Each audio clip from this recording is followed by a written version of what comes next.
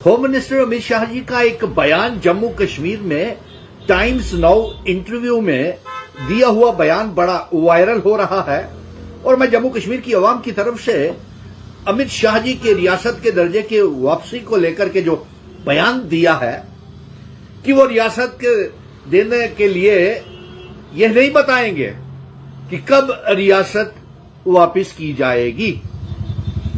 और उनका यह भी कहना है कि प्राइम मिनिस्टर साहब ने खुद कहा हुआ है रियासत वापस करेंगे, लेकिन यह नहीं बताया जाएगा कि कब किया जाएगा।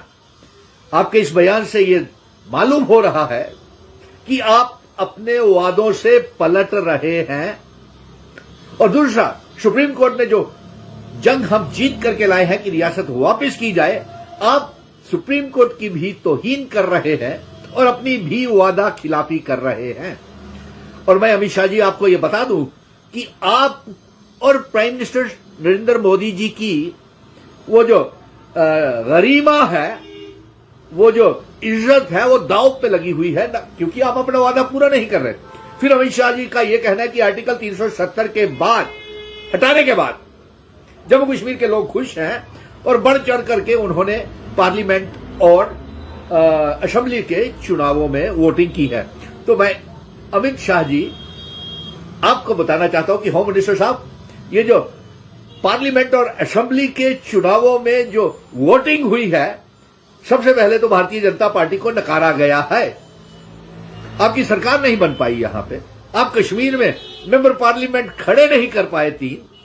और दूसरा, ये जो आपने जो 5 अगस्त 2019 को हमारी रियासत और आर्टिकल 370 जो डोगरा महाराजा हरि सिंह जी हमको दे करके गए थे और उनकी दी हुई रियासत को आपने तहस नहस उसका बंटवारा कर दिया, और 5 अगस्त 2019 का फैसला जम्मू कश्मीर की आवाम को मंजूर नहीं है, इसलिए भारी वोटिंग हुई है।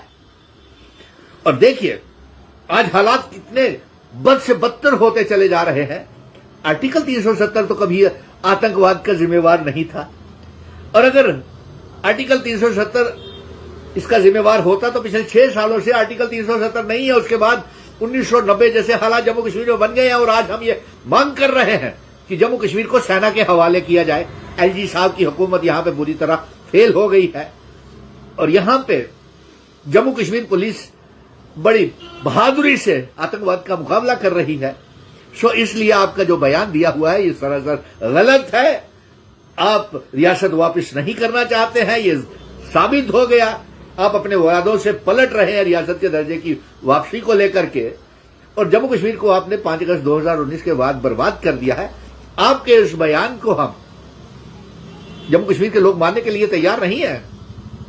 और ये हंसी का एक पात्र बन गया कि एक देश के होम मिनिस्टर साहब, प्राइम मिनिस्टर साहब एक रियासत को वापस करने का वादा करते हैं और उसके बाद उसकी वादा खिलाफी करते हैं।